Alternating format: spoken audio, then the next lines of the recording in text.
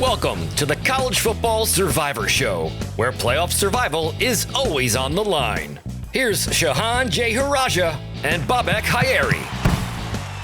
Hey everybody, it's a College Football Survivor Show. I'm Bobak Hayeri with my co-host Shehan J. Raja, national college football writer for CBS Sports. He's currently in Las Vegas. We'll get to that in a moment. We're glad to have all of you with us and listening. So it's July, the college sports new year. The Power 5 has reshuffled into the Power 4. 13 teams have made their move, and we're going to do our best to sort of take a look at each of them, not only how they're going to do this upcoming season, but really take a look at how they're going to do in the future, 5 years down the line and beyond. But before we dive in, let me remind you, you can find us on X and TikTok at CFB Survivor Show, where we have video highlights of the show run polls and listen to your feedback. Please take a moment to like, rate, and subscribe to us wherever you get your podcasts. So, out has finally happened. Texas and Oklahoma officially entered the Southeastern Conference. The Pac-12 has officially imploded, although they're kind of still around. Maybe we'll touch on that. And SMU has bought its way into the ACC. 13 teams in total have moved. To quickly review, Texas and Oklahoma kicked it all off summer 2021 by announcing they are moved to the SEC. More revenue, reunited with a few old rivals. A year later, we were hit by a bigger surprise that USC and UCLA announced their departure from the Big Ten to join the Big Ten from the Pac-12. More revenue, geography be damned, but I guess that was our first sign that things were really changing. And before the Pac-12 could put together any kind of media deal, Colorado announced it was returning to the Big 12 as a full member, full revenue share, returning home after it had left, of course, after the 2011 season.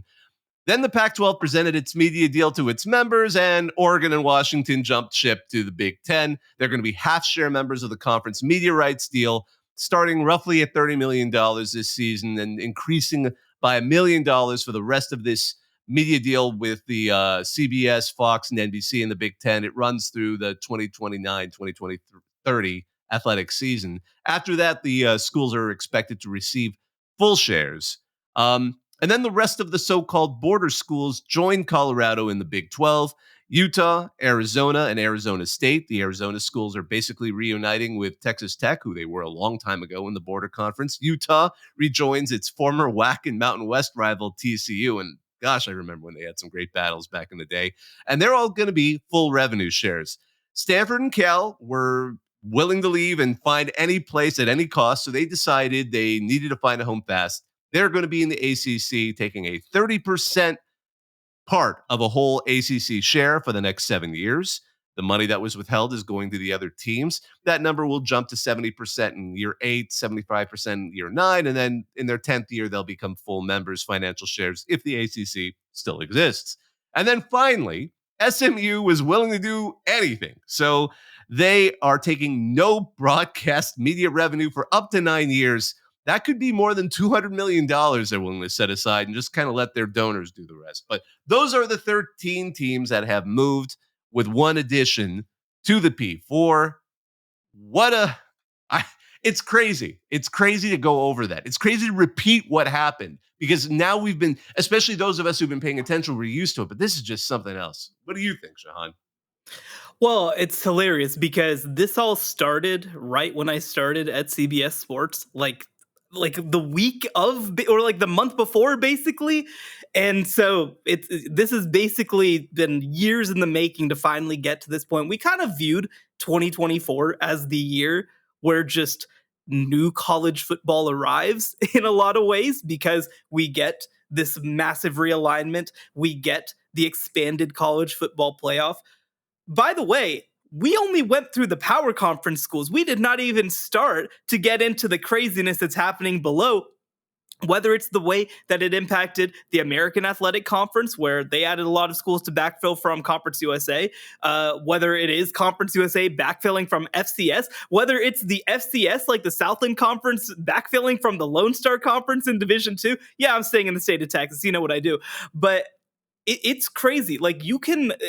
And maybe this is something I should do one of these days.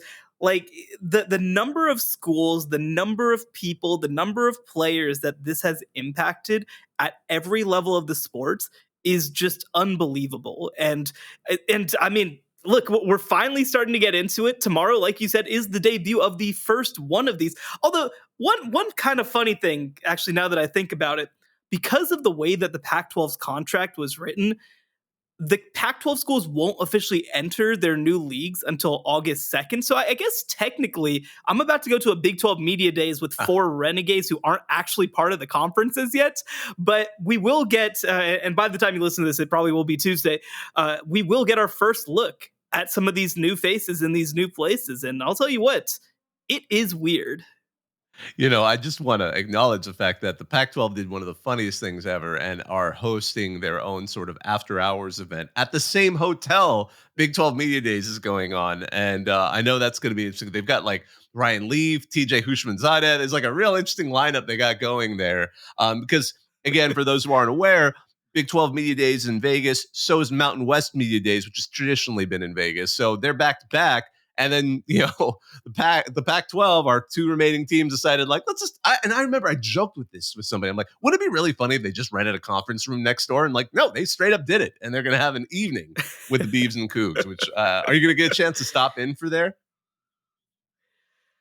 Man, I need to check the schedule. Everybody's like, "Oh, well, we're doing this thing around this thing," and like, actually, one thing that we were laughing about beforehand is that Boise State's running back Ashton Jeanty, one of the best players in the country. You got to know his name, by the way. He's still, I think he's a rising junior, but he's only 20 years old.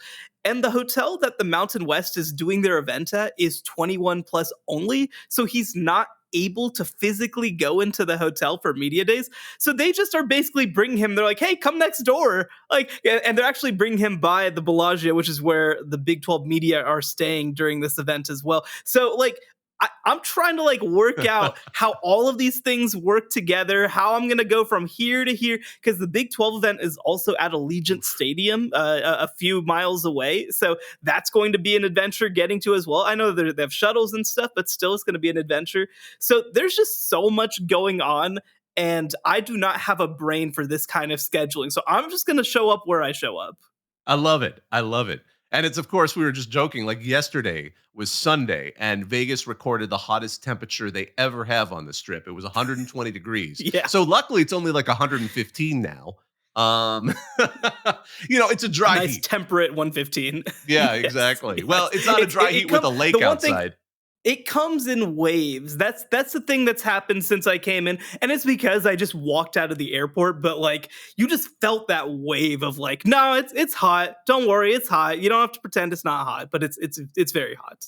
Yeah, one thing I do know about that Vegas Uber stop, it's like in the concrete garage, and you feel like you're literally walking into an oven because that concrete has soaked up all the heat and is radiating it in every direction. It is something else. But we should dive into this. We could talk about Vegas on another chat. I can go off and off on that. So anyway, so what we're going to do is we're going to kind of go through each of these teams, grouping them by their new conference. And again, talk a little bit about each one and where we see them. So I've kind of arbitrarily gathered each team and kind of where I saw, at least within the conference, how they were going to potentially do in this upcoming year. But we're going to talk a little bit about this year, but really talk about the long-term view on them. So let's go ahead and start with Oregon, because as we've talked about, we see them pretty unanimously as a CFB contender. I don't know anyone who doesn't really see them as that. Clearly, they've got a lot going for them this season. I mean, Dylan Gabriel coming in, Evan Stewart, a lot of other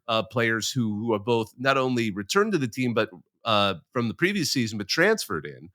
Their season, they got to keep the Civil War, at least this season, potentially as a non-conference game against Oregon State. That game against Ohio State, we've talked about a lot, could be the first of a couple of games because, again, the way the Big Ten is now set up, there are no divisions, so we're going to see potentially the 2 best teams play again at the end of the season.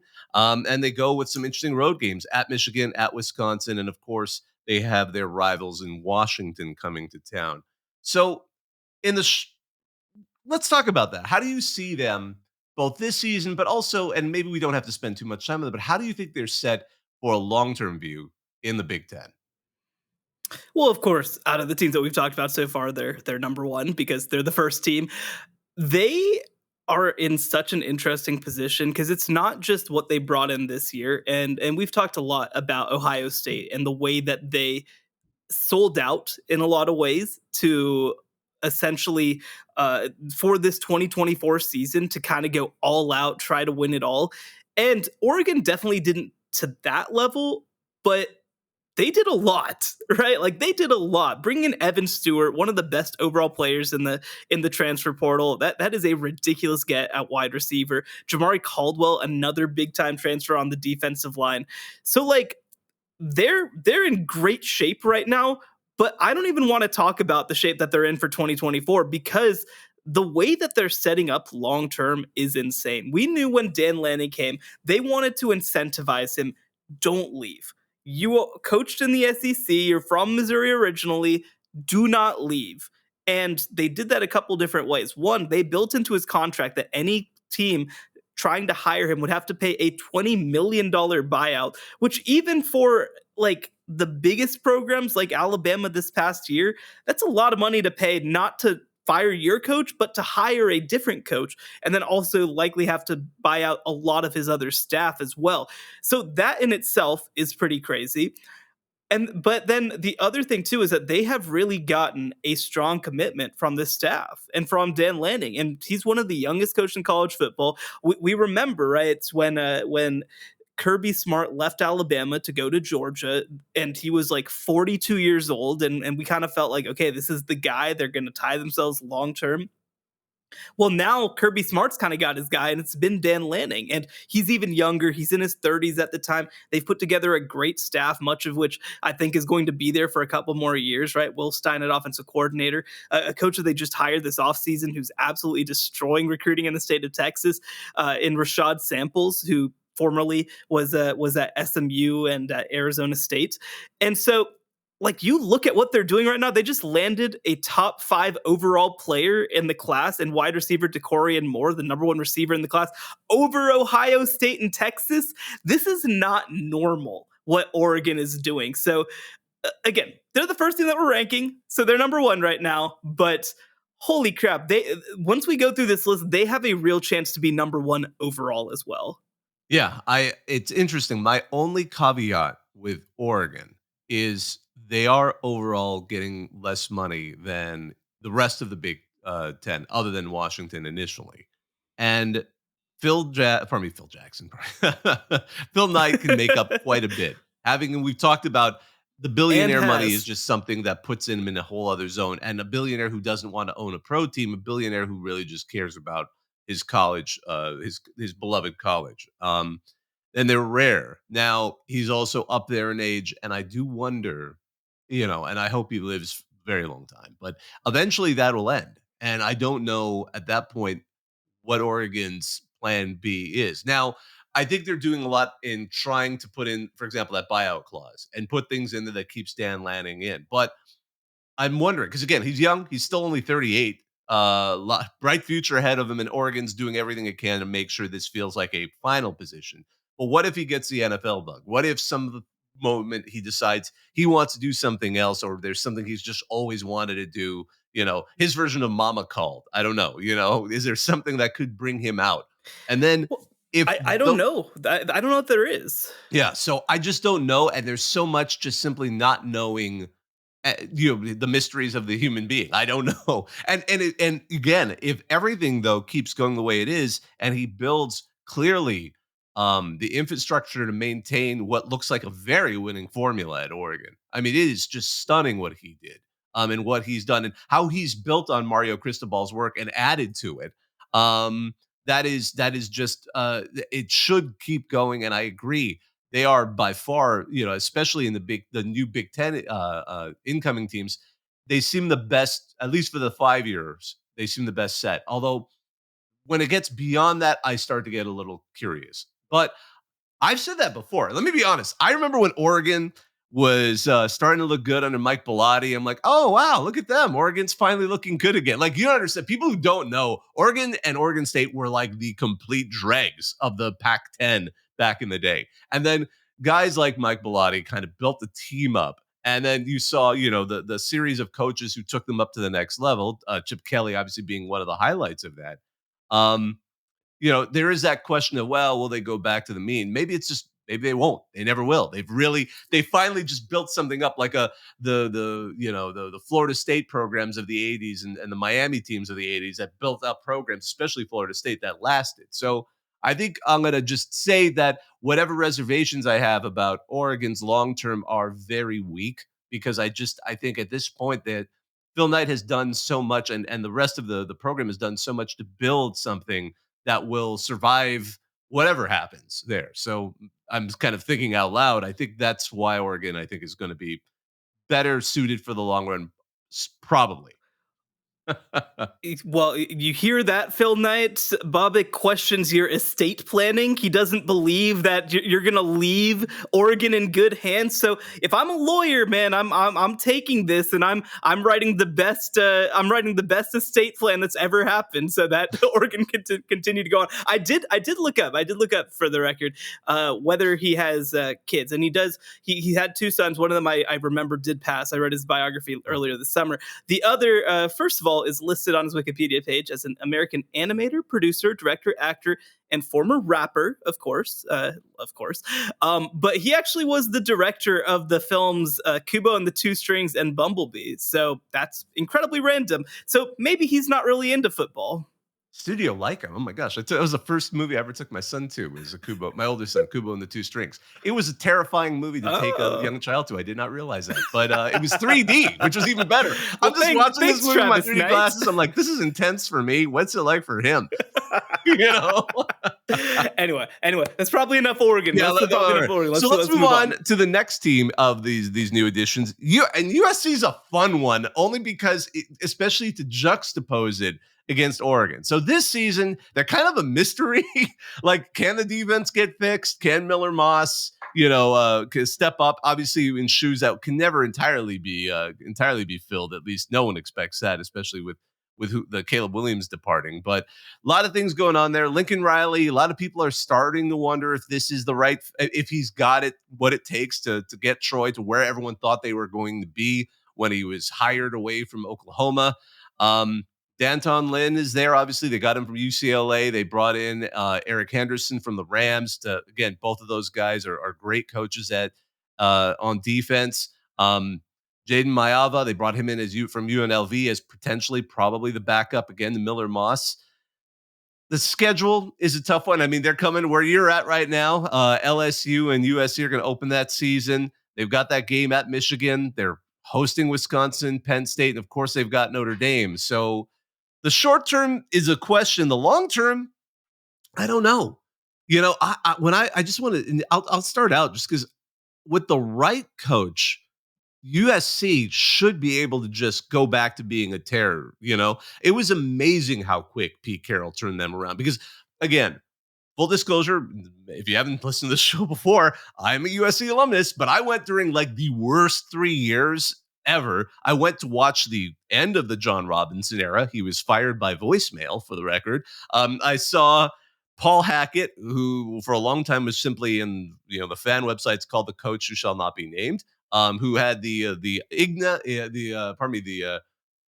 the notoriety of I can't remember if it was the only or they tied for last in the Pac-10. That was one of the first times USC ever did that.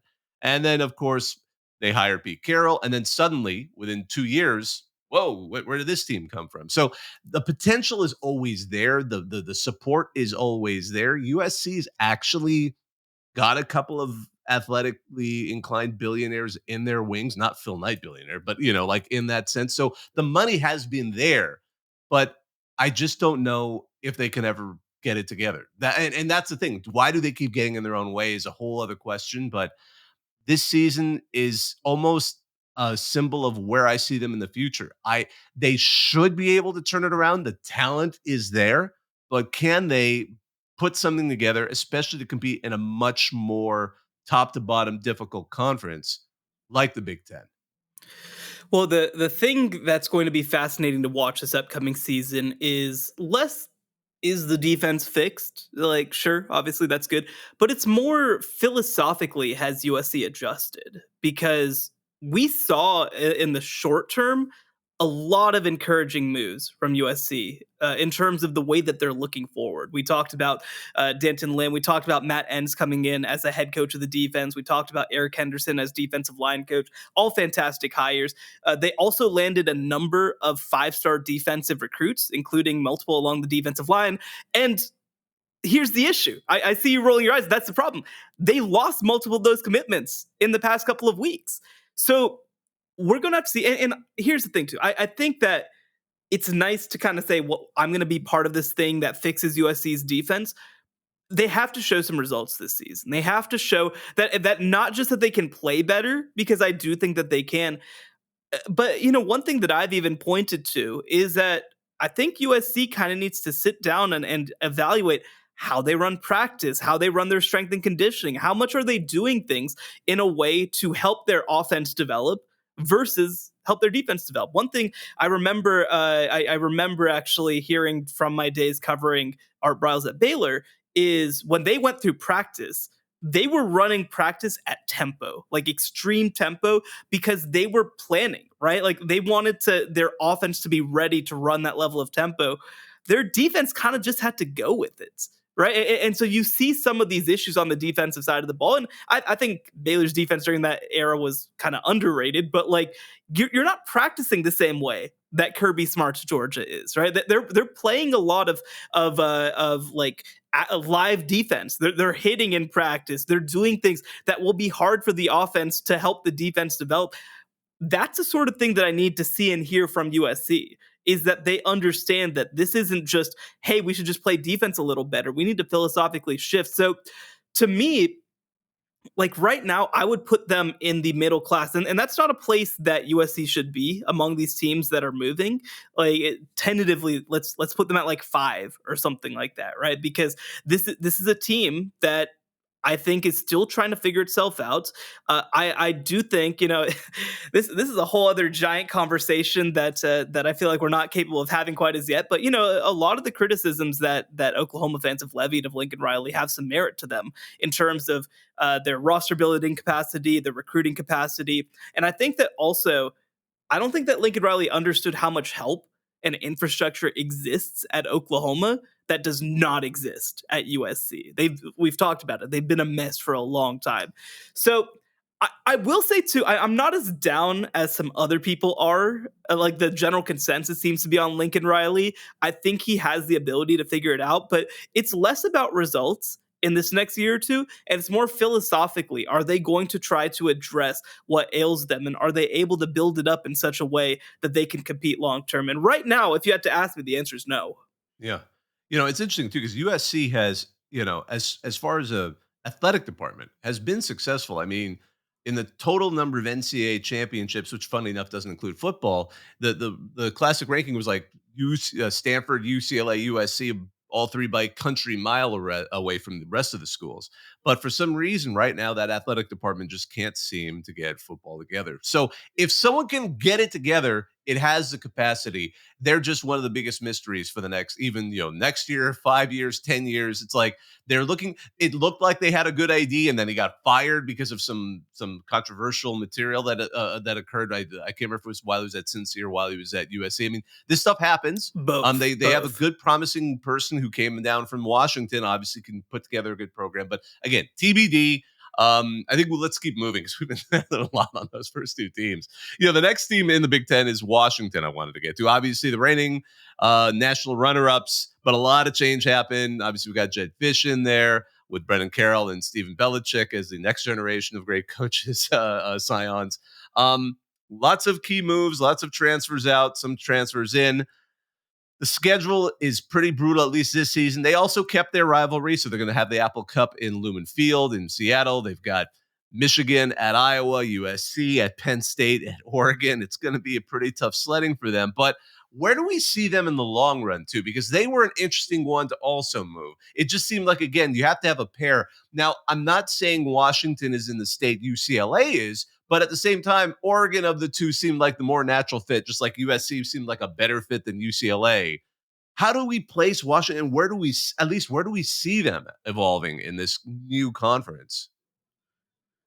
Yeah, it's a weird It's bad timing for them right now, right? With the way that the previous staff left, the amount that they graduated, they're just limping into the conference in so many ways. And of course, Washington and Oregon had less time to prepare for this move relatively than USC and UCLA, who had an additional year. But it's interesting, right? I think some of this comes down to how much time that Pat Chun, Washington's new athletic director, is going to give Jed Fish and the staff. And the funny thing about this, by the way, is that Pat Chun is the brand new athletic director who replaced Troy Dannon, who left for Nebraska. So this staff was not even hired by the current athletic director. That's not always the greatest situation to end up in. I don't think it's going to matter. I think that Jed Fish and Pat Chun will be relatively aligned. It was a good hire. I mean, that's the kind of hire that you want to make if you're Washington, regardless of who the athletic director is. So I think that some of it will come down to how much time they're going to get, because you saw this at Arizona. They were miserable in year one. They were 1-11 and looked really bad. They got run out of the building by Arizona State, and they slowly built, and I think they were 5-7 their second year, and then ended up with a 10-win season in year three. I don't know if it can happen as fast as 3 years with, one, the hole that Washington's in, and two, the competitive conference that they're moving over to. But I do think that Jed Fish is a builder. And actually, even to go back to the Dan Lanning conversation, some of this will come down because I mentioned I don't think that there's a mama calls out there for Dan Lanning. I mean, he played at William Jewell. I don't think he's leaving for William Jewell anytime soon. He's from Missouri. I don't think he's leaving for Missouri anytime soon, right? So, I don't think that there's I mean, maybe if Georgia opened, right, and he was the defensive coordinator there, that's like the one, and that's 20 years from now, probably we're talking about that with the way that Kirby Smart is rolling right now. I do think that Jed Fish does have a mama call in Florida, right? And that's a job that could come open this year. If they had to make a hire in back-to-back years, I'd feel real bad about that. I don't think it would be devastating. I don't think it would end the program or anything, but I do think it would be a huge setback. And the other part too is that I don't like this roster at all this year. I think that they are very far away from being able to be competitive at the level that I expect Washington to be competitive at. So because of that, because of one, a new coaching staff, two, a new athletic director and athletic administration, three, such roster turnover and the hole that they've dug themselves into, I have to have them low on the list right now. I don't think that I don't think that they're fundamentally broken, but they are in trouble. So, I'd put them probably in the 8 or 9 range right now. Though, again, we'll continue to adjust as we keep moving. I had him as my 8 as terms of the 5-year plan kind of teams. And that it's funny because then we get to UCLA, and I found myself making a very interesting juxtaposition here. They have a new coach, Deshaun Foster. We're expecting it to be a little rough, kind of getting this stuff. They've got Eric Bieniemy as their offensive coordinator. They've got talent. It's UCLA, the classic one of those sleeping giants that never seems to wake up. They've got a fairly brutal schedule. They're not doing a neutral site game with LSU like USC. They're going to Tiger Stadium. They're going to Death Valley. That's going to be a tough one. They're going to be playing Oregon. They're going to be at Penn State. They've got a Friday date with Iowa. And, they've got to go to Washington. And, of course, they've got their rivalry game with USC. It's going to probably be a brutal 2023 season. But for those who may not remember, one of the main reasons UCLA was very happy to move to the Big Ten is they need money, and they need money now because that program, for whatever reason, despite being a tremendous success in basically all sports other than really football, and even then, occasionally football will have a very bright season, they were hemorrhaging a lot of funds. So this is going to help them, even with Calimony, which they now have to pay Cal for X number of years. Was it 6-9? I can't remember, but they got to pay a little cut of it, and they've got to send it up to UC Berkeley to make them happy up there. Still, when I look at them, the potential they have, I found myself actually putting them, for example, I had Washington at 8. I actually put UCLA in the long term at 7, only because now they're going to finally stabilize and maybe perhaps because, again, they're getting more money than Washington. That's the other thing. Washington's also going to be dealing with, they don't have a Phil Knight at Washington. They have loyal fans and some fans who will throw money at them. And they're in a major metropolitan market that does support them. I mean, Alaska Airlines is part of the stadium naming rights there. But at the same time, I think UCLA will surprise people and edge up a little bit. I'm not expecting them to be a perennial Big Ten challenger. I'm just saying I could see them moving into the middle of the Big Ten in a way that will be to the detriment of a Minnesota, of an Indiana that was hoping to perhaps eventually climb up, or a Purdue. I could see them being above those teams if things go the right way and if that department can get the support it needs. I don't know. I think that for me, I, can they get into the middle class? I think it's possible, right? Now, I think a part of this is, I think, especially over the next couple of years, I do think Washington can get higher than that. I don't think that Washington's just going to be beating Indiana, or beating Rutgers or Purdue. Like I think that they can get competitive with like the Wisconsins, with the Iowas. I don't think they're going to get all the way to where Oregon's going to be competing with Ohio State and Michigan, but I just view that ceiling as a lot higher, and I view the floor as a lot higher too, frankly. Because look, UCLA, like you said, you love the fact that they that for the next 5 or 6 years, and it is like, I think it's 2031 this current Big Ten contract goes through, and then they're gonna get folded in and make as much as everybody else. And so when we talk about 5-year window, this is the window where they're gonna be at a disadvantage. But I think, to me, when you compare UCLA to the rest of the Big Ten, for example, they've had similar resource to the programs that they've competed for forever and haven't been able to do anything with it, right? Like, I agree, it's going to stabilize them. There's no doubt about that. But like, I even look at like this process with how their coach hiring went, right? Where Chip Kelly leaves for an offensive coordinator job, doesn't even do it immediately, leaves in like February, and then they have to hire like their former star player. And like, I've been impressed with Deshaun Foster so far. I think that he's like really trying hard, but like, I said it before, like it just feels so Matt Lukey, right? Like it just feels so like you're just like, you got a placeholder there in so many ways. And then I'd love to be proved wrong. Don't get me wrong, but I I just don't think that they have fundamentally fixed anything about who they are. They'll get out of debt. I think that that's a big deal. But will they be able to invest that full? Will they choose to invest that full 22 million into NIL and go on top of that the way that a lot of Big Ten teams are probably going to do using collectives? I don't know, right? Like I think that they're still going to be lagging behind the pack. Will they? I mean, again, the question becomes, can Washington and their donors come up with a certain amount of money, right, to make up that difference? I think that's definitely possible because they do have a fervency of support in a way that UCLA just doesn't. And over the next year or two, UCLA has no pathway to competing, especially this upcoming season. So if they go 3-9 to open Big Ten play, how fast do people check out? It's LA, baby. Like nobody cares. Nobody cares about you if you're not winning. And I just worry that nothing fundamental has changed about their position. So I had them like more in my lower tier group. Like they're the lowest of, I mean, for me they're clearly the lowest of the ones who ended up in the power 2, and I had them behind a couple of teams that didn't end up in the power 2 as well, so somewhere in like that 9-10 range right now. Yeah, I know. This is one of my more controversial ones. I'll definitely admit that. And it's so funny too. I mean, if anything, is he 2024 Zach Arnett, like at Mississippi State, where they're just kind of like, you know what? No, pull the plug in the middle of the season. We already have an offensive coordinator who should he be is that beloved good. there. He is beloved there, so like that's legitimately going to buy him time. And the other thing too, like in defense of Deshaun Foster, who I just called Matt Luke, I do think that he was hired to do a specific job. He was hired to be a bridge coach ultimately. So that when, in 2 or 3 years, if it doesn't work out, then they can hire the coach who maybe they really should have hired during this round. But, and like, again, maybe you just need that guy who's going to understand UCLA and bring attention to the program and be excited about UCLA football, which nobody has been for such a long time.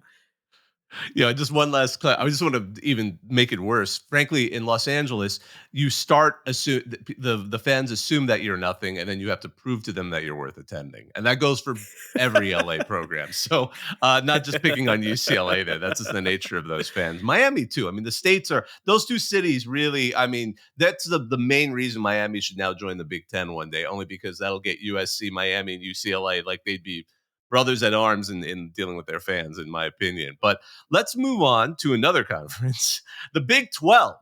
So I'm going to just start out with Utah. I mean, there's so much about this move that makes sense. I mean, first of all, we've already talked about them as being one of the potential winners of the conference, therefore being a playoff top 4 seed by due the way the system is set up in this 12-team playoff. But I think in the long run, they are actually my favorite fit. Again, I'm setting aside the fact that Oregon is going to be a bigger powerhouse, or Texas is going to be just a bit. The money is just already at a level before they join these two enormous super conferences. But I think the best fit for a program that could now suddenly get into the playoff on a regular basis, Utah. I actually put them as number 1. Again, a little more controversial, only because I thought, setting aside the money, I think they're such a good fit that they're going to be a regular contender in a conference that is because the problem with Oregon and Texas is this: those other teams are still there. There's no way they can be a dominant force year after year after year. But I think the Big 12 might be still, even though, again, Texas and Oklahoma are no longer there. The teams that have come in are more evenly matched, but Utah has that ability, especially with what Kyle Whittingham has built. And I know they just named a coach in waiting, but who knows? I mean, he's in his 20th season, how long he wants to still coach. But this season, again, short run, Cam Rising's back. Hopefully he stays uninjured. Not a terrible schedule in this particular year. They've got, they play at Oklahoma State. They host Arizona. They got that quirky conference game with Baylor because it was previously scheduled.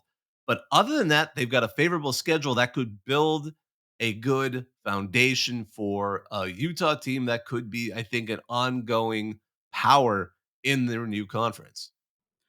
No, I had them personally at number 3. I didn't have them all the way at number 1, but for many of the reasons that you mentioned, I think in a lot of ways, and this will be sort of the fascinating dynamic of the next 5 years, like, to me, it's better to be an elite program in a league that's going to make the playoff than to be a lower tier program in a better league. I mean, and different people can have philosophical differences on that. Like, hey, you know what? UCLA is going to make $75 million in television money. That's pretty good. And maybe that's just enough for them, even if they don't actually win games. But, like, to me, I'd much rather be Utah right now, right? Like a team that I think they come into this conference, and I will say too, I don't think that Utah, maybe Whittingham is still there, but I don't think that Utah is going to be just like Oklahoma, like winning 14 of 27 Big 12 titles or anything like that. But I do think that they're going to be competitive for the Big 12 almost every single year, which is going to put them in competitiveness for the college football playoff just about every single year. They're peaking as a program right now in so many ways. I do think that some of the question, it has to be like, do you think in 5 years, especially, is Kyle Whittingham still the guy? Do you trust that Morgan Scalley, their defensive coordinator, is just going to keep that train rolling? I think you have to assume probably not, but I also think that Utah has a lot more advantages than people realize in this day and age. Of course, they're tied to a big media market. From a recruiting perspective, they're going to be going into Texas a lot. They have easy access to California. One thing that I think gets overlooked a little bit about them too is that they have a very major airport for that region. So, like, you talk about places where you have to fly out to, right? Like, you talk about, that any of these, like Oregon State or whatever, right? Like, this isn't the same as that. This is a major city. This is easy to get to. I think that does make a difference. Of course, the investment over the past couple of years, the level of fan support, the stadium that they've got, Rice Eccles, is a fantastic venue. So, like, I think that they have a lot to sell, not just in the short term and not just because of Kyle Whittingham, but long term as well. So I had them at number 3. I can't quite get them ahead of my top 2 because I think that my top 2 could win national championships because of their moves. That could happen, but they're 3, and that 4th team, of course, is also one that'll be fascinating to talk about, that I'm sure we'll get into. But it's clearly the number 1 of the non-power 2, that's for sure. Yeah, and it's interesting too, and I want to clarify, when I was trying to even go through my ranking, I'm almost thinking of it as tiers again. Like the best setup, set up pretty well, and like I'm not sure where this is going to go, kind of tiers. So I could easily swap several of these teams around. Moving on with the Big 12, Arizona. So again, great season followed up by some interesting moves. Obviously, Brent Brennan is now in from San Jose State, where he spent 7 years building up a program that there has always struggled.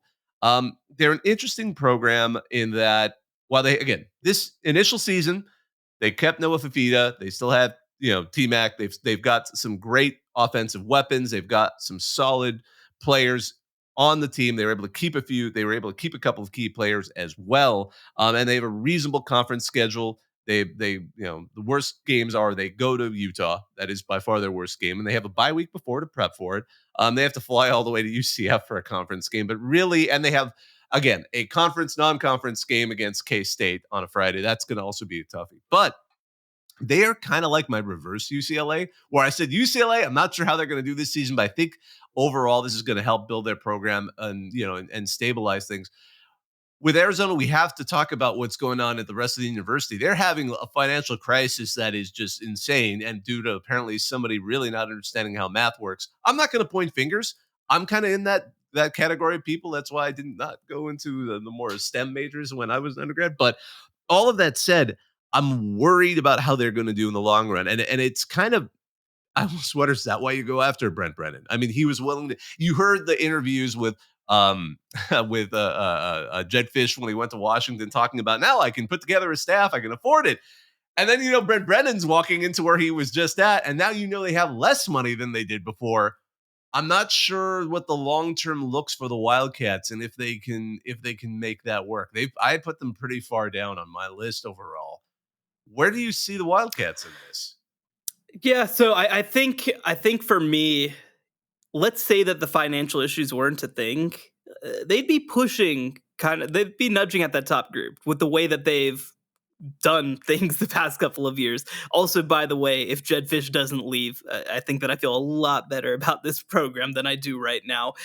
And when we talk about 2024, this isn't really going to come home to roost because they still have Noah Fafita. They still have Techaroya McMillan. I'm very excited to get to talk to them, by the way, at Media Days this week. That's going to be a lot of fun. But I think that when you factor in the financial stuff, it gets kind of messy, right? So just to go through real quick, like I really feel like there's a top half and a bottom half for me when it comes to how things are going and aren't going to go. The top 7 to me, I feel pretty good about for various reasons. And then like the bottom 6, I'm just kind of like, I don't know. I don't know what the deal is right now, right? So Arizona is my top team on that bottom group. They're number 8 on my list. Because I still do think that they have proven that they will invest. I think that they take sports very seriously.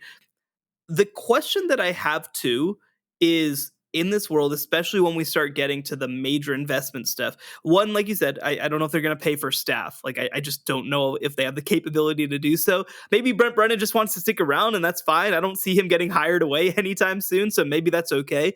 But, assistants, of course, you always have to worry about. And the other thing too is that if their budget is tightened a bit, I feel like they might prioritize basketball over football. That's something that's got to be a big question because they're not going to let that basketball program fall apart. No, I mean, I let me transition this too into Arizona State. Obviously, they're compatriot in the state of Arizona. They are run by the same board of regents, which honestly I think has hamstrung both programs in so many ways because they won't just like commit to anything that's specific to either one of them. And Arizona is one of the fastest growing states in the union, and a lot of it is recruiting talent that's moving from California to Arizona, and neither of them really know how to take advantage of it. But that's a rant for another day. So Arizona State doesn't have these same major budgetary issues, and look, I think that they fired their athletic director Ray Anderson. And by the way, I should mention too that Arizona also had an athletic director change, partially due to some of this financial mismanagement. They hired a great athletic director from Missouri, like somebody who has ties to the region. I think that she's going to do a good job, but she just has maybe an impossible job in some ways. Arizona State decided to stay internal. We'll kind of see how that works because I don't think that this was a very well run program, very well run athletic department over the past couple of years. But maybe you can just credit that to Ray Anderson. I really like Kenny Dillingham, and I think that he's smart and gets it. And also, I don't know if it's working. right? Like I just don't know if it's coming along. Maybe he's just somebody that they put 5 years into and say, just we're gonna give you time to figure it out. And if I knew that they do that, I think I'd feel okay with where Arizona State is, but I don't think we know that right now. I don't think that we know what this new athletic administration is going to do. I don't think that we know how they're going to recruit, how they're going to try to do things. I know that Kenny Dillingham complained last year in a big way that they felt like Arizona State was last in the Pac-12 in NIL, that they were not competitive with anybody. And he says that it's been fixed, but that's a slow process to get up to the level that you need to get to. So for me, I ended up with Arizona at 8, Arizona at 8, Arizona State at 10. But like there's a lot that I think is up in the air with both of these athletic departments. Yeah, ultimately, I put Arizona State at 9 because I thought they're a good fit that needs to prove themselves, and they're in, Tempe is basically Phoenix. For those who don't know, it is Phoenix. Yep, So yep. they're in a better market for at least bringing in fans if they start to win. If they can, again, talking about hot weather. I mean, for those night games when it's still like 100 degrees. With Arizona, I'm so worried about their financial situation and all of these changes that could torpedo progress that took a while to build up, that I'd move them down to 12 as far as a 5-year thinking. I was surprised I put them down that far, but at least with the other programs above them, I have more confidence in the institution. And right now, I don't feel comfortable with them. But again, this is an early look at where those might go. Let us wrap up the Big 12 with Colorado. Now, obviously, setting aside Dion, which is impossible. There's talent there. They're doing their way of kind of building a team through the portal. It's been talked about and talked about. Shedeur Sanders is certainly a good quarterback. They've got talent up, at many positions. Deion Haynes is one of those great guys they brought in, leading a strong class. They have a interestingly tough schedule again. North Dakota State is going to be a blast to watch because that could quickly derail them. But again, it's not your older brothers, North Dakota State. Rule is going to be back playing. They're going to be hosting. They're heading out to Nebraska, who's going to be hosting them for that blood rivalry. They've got Colorado State again. It's going to be the first time in Fort Collins since '96. We've talked about that, and they've got a pretty tough draw in the Big 12. Maybe because they wanted to just make sure they got as many TV eyeballs from the casual fans as possible, because they get K-State at Arizona, Utah, at Kansas, and Oklahoma State on a 10 a.m. game that we've talked about, because I love that they put it on Black Friday at 10 a.m. local time. I'm going to just say that I actually found myself thinking, though, they're returning to a conference they know and they understand. They know how to compete there, Dion or not. Even if Dion decides after his son goes to the NFL, that things will be enough and he'll step down, I think they're going to be okay. I'm not saying they're going to be a perennial title competitor. Who knows? Maybe they'll finally get a coach who can get them back to where they were in the days where they were a title competitor in the Big 12. But I think they're going to at least be a solid middle team. I'm hesitant to move them any farther, mostly because of some of the other teams. Mostly because some of the other teams are going to get to, particularly in the ACC. I just think I put them in the middle. How about you? Yeah, I ended up slotting them in between Arizona and Arizona State at number 9. But they like it is so hard to tell what is going on there and what's gonna matter long term and what's gonna not matter at all long term. And it is so hard.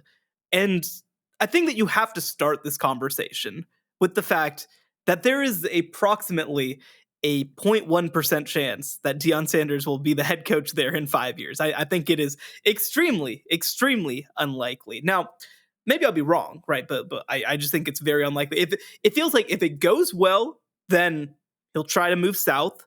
If it goes poorly, he might just like kind of like just be like, this isn't worth my time. This isn't fun anymore when I'm not coaching my sons. And that's, I think, the most interesting dynamic when trying to evaluate Colorado is this is the last year that Shedeur Sanders and Travis Hunter and Shiloh Sanders are going to be part of this program. And They have some good players coming in. Obviously, Jordan Seaton at offensive tackle. They've made some really big swings in high school recruiting with, they're really trying to land one of the top quarterbacks in the class of 2025.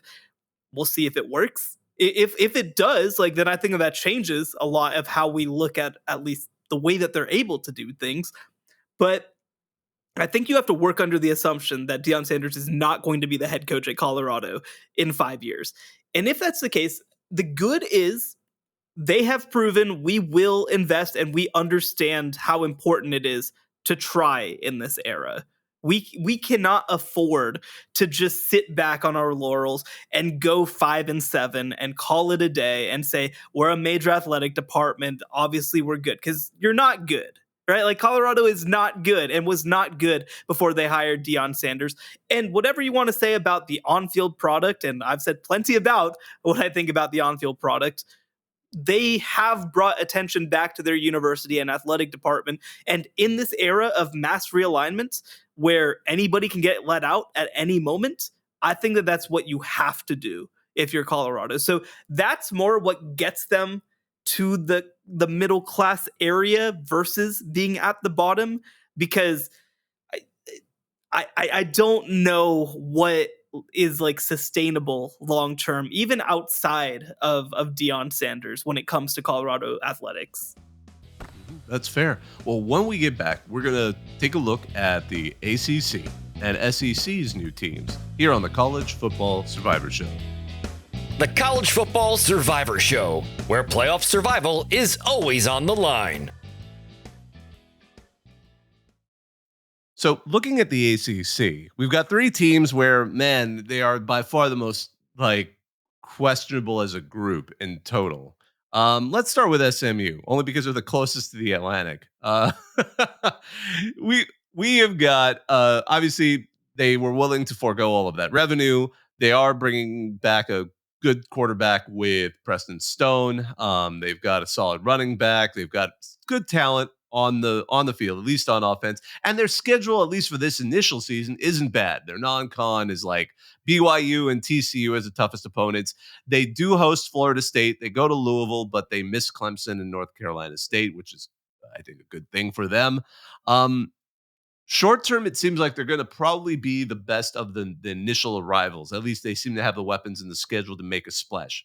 The long term, though, my goodness, they are taking as I said, they could be losing up to $200 million in TV revenue that will need to be made up by donors who we know can be quite generous if you get them motivated in Texas. But can they put together something that will keep them motivated to keep donating at that kind of mad Texas oil money level?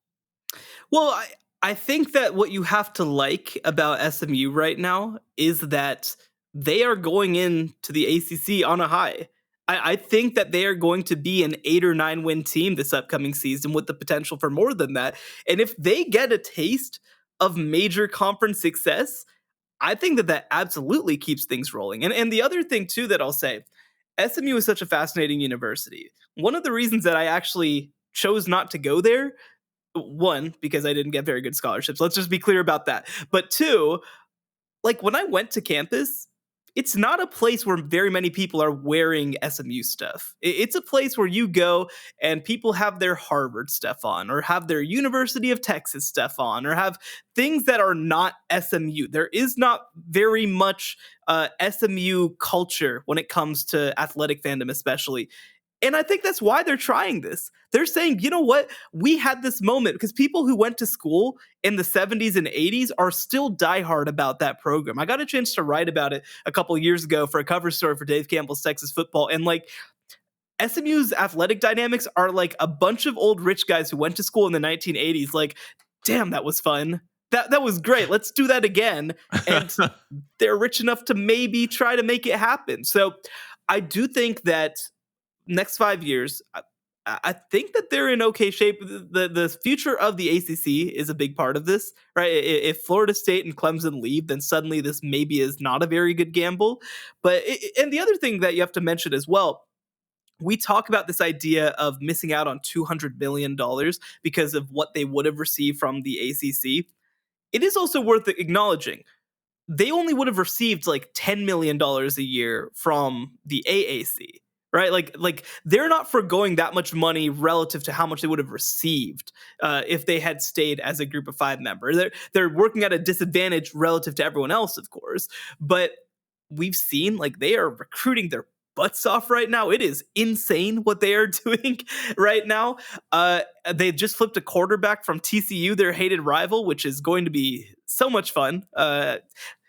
Damn it, TCU, you better reschedule this damn game. I'm so pissed at you guys for canceling this rivalry game. But like, I think that they're in good shape for the next couple of years. If they start to falter, that's when I worry. Right? If Rhett Lashley leaves this program and they have a 5-7 season, I don't know if people are going to be as invested. But if you talk about in the short term coming up with $200 million, SMU is one of those schools that maybe has a chance to do it. And so I had them number 6 on my list, up in that, up closer to the top half. See, I'm much more worried about them. We can talk about, they would have gotten Yeah. only 10 million in the American, but the American doesn't have Florida State and Clemson. That's who they're going to be now competing against. So I am also Stanford and Cal and Boston College. Well, I think that, okay, cool. But I mean, I think it's still like, Vandy's still in the programs. SEC. I get it, but it's still, programs. A tough conference. No, but that's the thing. There are more middling programs in the ACC than there are elite programs. There are two programs that compete at the highest level. It's Florida State and it's Clemson. I really like NC State. I think that they're going to have a great year, but like, that's the level that you start to get to, right? Is like, woof, a really nice power conference 9-win team. And is it impossible for SMU to compete with a team like that? No, I don't think so. Like this isn't a week in, week out grind. This is a get up for your big games. The funny thing is, in about 5 years, we could be talking about like, man, now we've got SMU in this newly constituted, Pac-10 review that Stanford after the ACC blew up. Because as we have these conversations, we're watching Florida State and Clemson fight the conference to death, and who knows where we're going. 5 years will probably be enough. We'll have an idea where that's going. But my goodness, let's keep on moving here. We get one of the 2 California schools here in the ACC. Cal, the Golden Bears, it's been an interesting battle there. Financially, they are the most strapped team in all of college sports, at least in terms of debt service. So they've decided to add to it by taking less money, which they were forced into because, of course, their home conference decided to implode, and add a lot of travel costs to it. Now, this upcoming season, I think people are overlooking Cal. They've got a great running back in Jaden Ott. They've got a competent team there that can win games. But when it comes to the long run, this is going to be an interesting lift. Do we think this team will be better off in 5 years? No, I do not think that they will be better off in 5 years, because this is a program that didn't invest in sports when they had money. And now they're taking a partial share from the ACC. They're a public university. They will be getting alimony. Congratulations to them on winning the divorce. But this is just a place that does not prioritize sports. And in some ways, I think they've gotten really lucky that Justin Wilcox is still there, because I do think he's a good coach. I think that when he leaves, the bottom could completely fall out. Like, this could be a perennial 3-9 type team. This could be a program that has no advantages whatsoever. And you talk about, look, we're going to be looking long term to see what programs invest that $22 million into revenue sharing. I don't think Cal's going to be one of those teams, right? Like, I don't think that there's any will and any money to make it happen. I think they're going to be one of those programs that's just kind of comfortable maintaining status. And then you add the costs of having to go to the East Coast every week for every game, essentially, for every single sport that you play. It's nuts. And to tie in Stanford, the other Bay Area school that's in the situation, like, Stanford has benefactors, right? Like, they have a lot of them. If people want them to play major college football, then they will play major college football. They have that kind of resource. They have that kind of clout. I mean, look, Cal is a great school, but it's just not one of those schools that you really go to for sports. And Stanford, of course, they also have their proud athletic tradition. And this isn't fair. Cal also does too when it comes to Olympic sports as well. But I think that Cal is very much a program that could decide we are not trying at all in football, and we're going to try to keep investing in our Olympic sports and see what we can do, and maybe see if we can get, basketball in an up one year, or women's basketball or volleyball or something, right? But I just don't know long term how this program competes. So I had them last on my list because I just don't think that there's institutional will to be a lot better than that. And I did have Stanford also second to last because I think that they have some of the same issues, but not as dire because of the sheer amount of money that Stanford can choose to invest if they want to. I mean, people forget David Shaw made $9 million a year as the head coach at Stanford. Like, there is money if you can do some stuff. And the other thing that I'll add to it as well is that, like, we're seeing Stanford still still recruit pretty well. They've got a good coaching staff. Like, they're getting people, they're getting players. They're leveraging that attraction of just being Stanford in a lot of ways. So I don't think certainly that the bottom is anywhere near as low for Stanford as it is for Cal. It's funny. I actually reversed them because I think Stanford has some problems that they are now, instead of addressing, actually chasing them in the wrong direction. Because Stanford, I think, particularly when Shaw was doing well, was really embracing the silliness of it. But I mean, love 'em or hate them, it's epitomized by their band. Those guys, that scatter band that loves to get into a lot of controversy. That's a symbol of what Stanford's kind of silliness that made it kind of charming to some. Um, the problem is things have gotten much harder to recruit. Shaw was definitely one of the ones to voice that alarm. Like, I don't think we can compete in this because we don't really care enough about recruiting. And it already is much harder to recruit at Stanford. They have much harder academic standards than any of the teams. At least in the former Pac-12, they were notorious for that, and they were able to put together interesting offenses that took advantage of the guys they could get. Um, but then in the last few years, I don't know what happened at Stanford. Like, you know, there was an interesting series of articles about whether Stanford hates fun, that started to appear.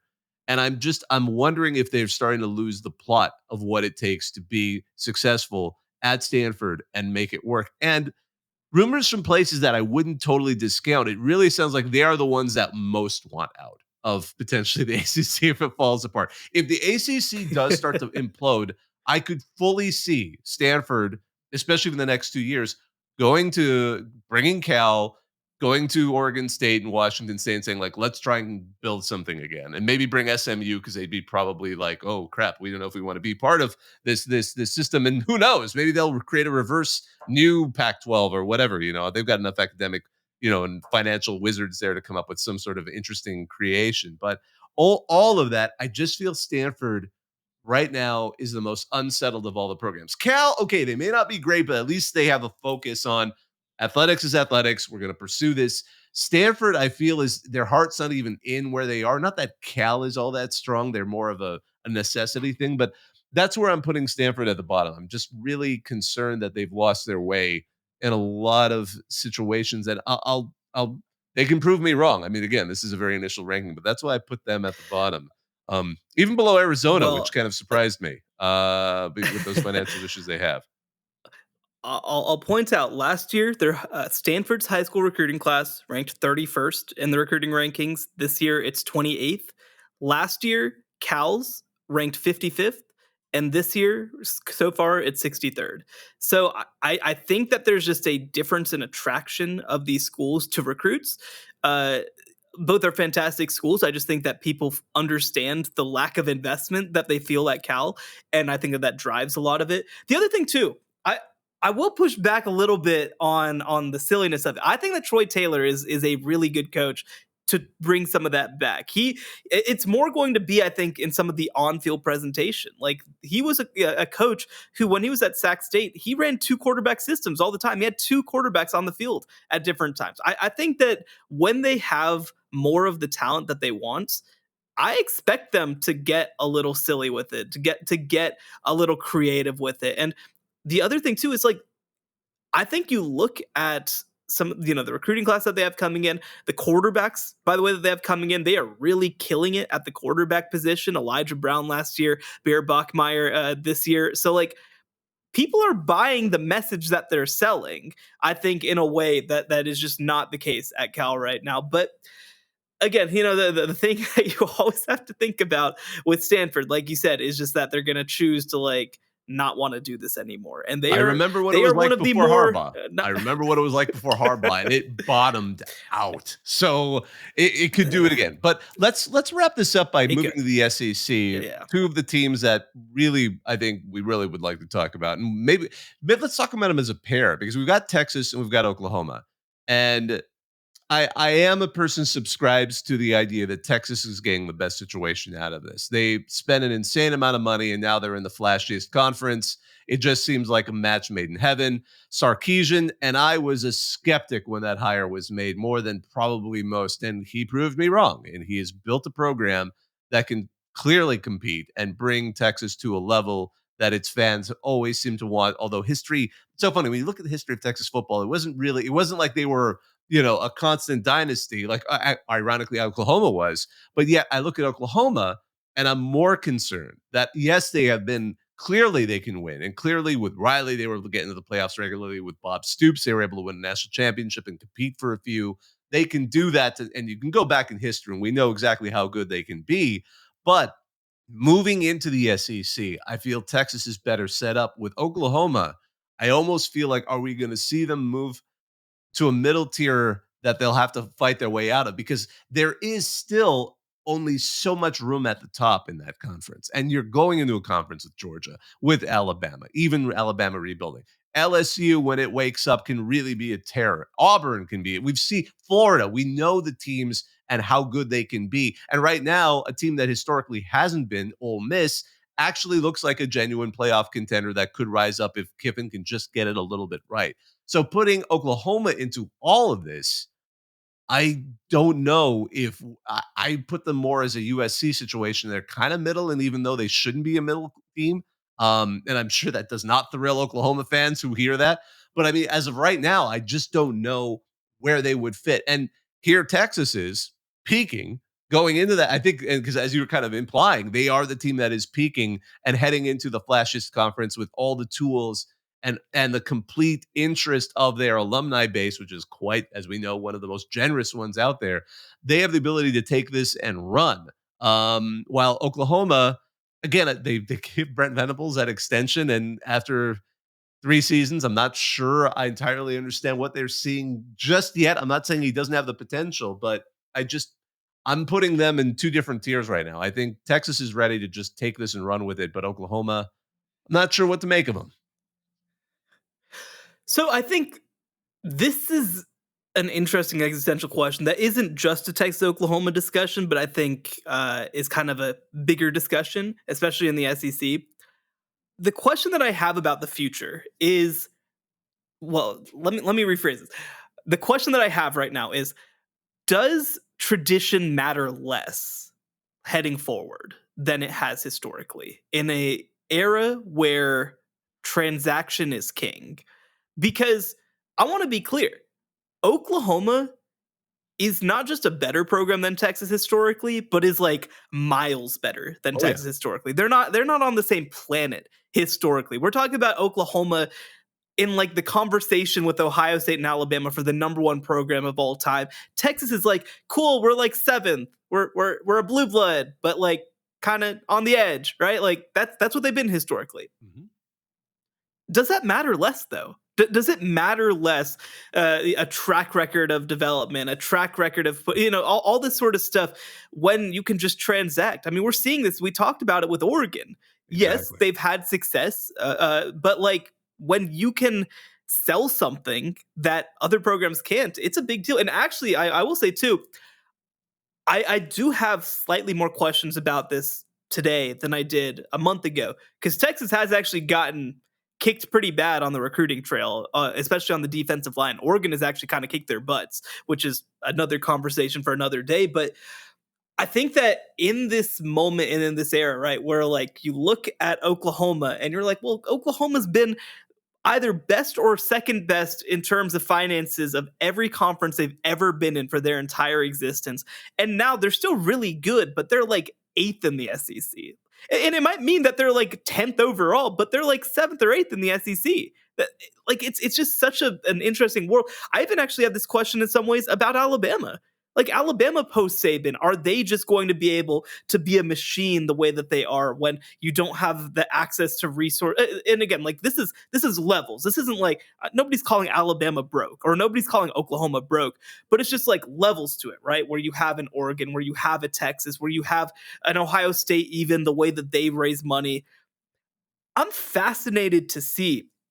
Now, the real reason I think why I put Oklahoma at 4 and Texas at 2, and still both very high, to be clear, like they are both in good shape heading into their new conference, is that I think that Texas's staff is just a little more proven to me than Oklahoma's. And I mean, look, I don't care at all about Brent Venables going 6-7 in year one.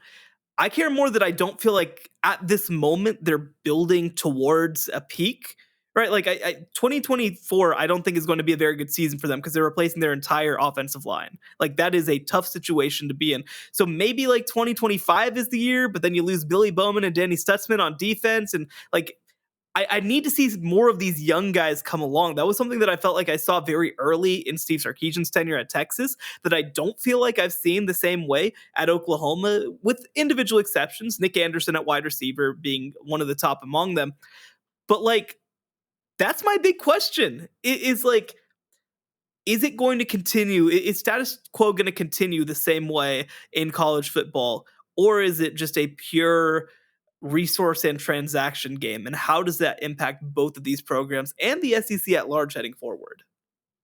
I think I'm going to give Texas an edge also because Chris Del Conte is one of the most competent ADs out there. He is absolutely. Well, Joe Castiglione is amazing too. Like he is one of the elite athletic directors too. But Chris Del if you Conte have someone who can unlock the job. potential of Texas, it can outgun anybody. And that's something that Oklahoma simply doesn't have, and it can't have because Texas and Texas A&M are like animals in a whole other category if you can activate it. And historically, that was the problem with Texas. It's like, why can't they be a perennial power? And then suddenly it seems like we have just the perfect pairing of Chris Del Conte and Steve Sarkisian that could keep this into, and again, at the best possible moment for their move to the SEC. But I love it. We're going to see where this goes. So kind of wrapping this up, this has kind of been a long show. I just want to run down my list. I'd love to hear your list. So I'm just going to run down my list of where the 5-year look is for these 13 teams. I've got Utah as number 1, kind of a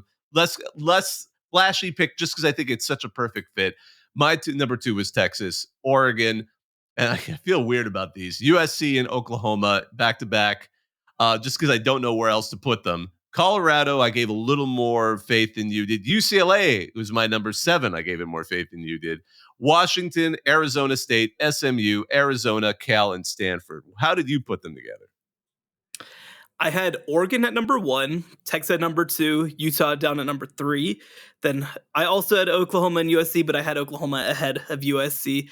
SMU at 6, because I just think they're going to throw money at the problems and see what sticks.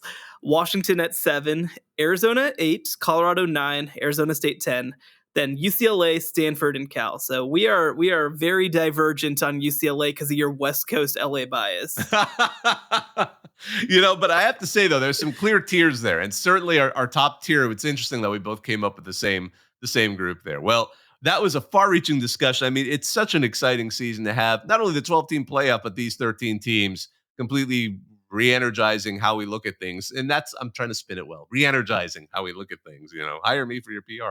But anyway, I just wanted to take a second to thank all of you for listening. Thank our producer, Joey Aliberti, who was up late because we had to move the show a little bit for this recording. Be sure to like, rate, and subscribe to us wherever you get your podcasts. You can find us on X and TikTok at CFB Survivor Show. He's Shehan Jayaraja. You can find him in Las Vegas. But also, you can find his work at CBSSports.com and at Shehan Jayaraja on X and TikTok. I'm Bobak Hayeri, part of the team that runs Reddit CFB. Thanks for joining us, everyone. Have a good one. The College Football Survivor Show, where playoff survival is always on the line.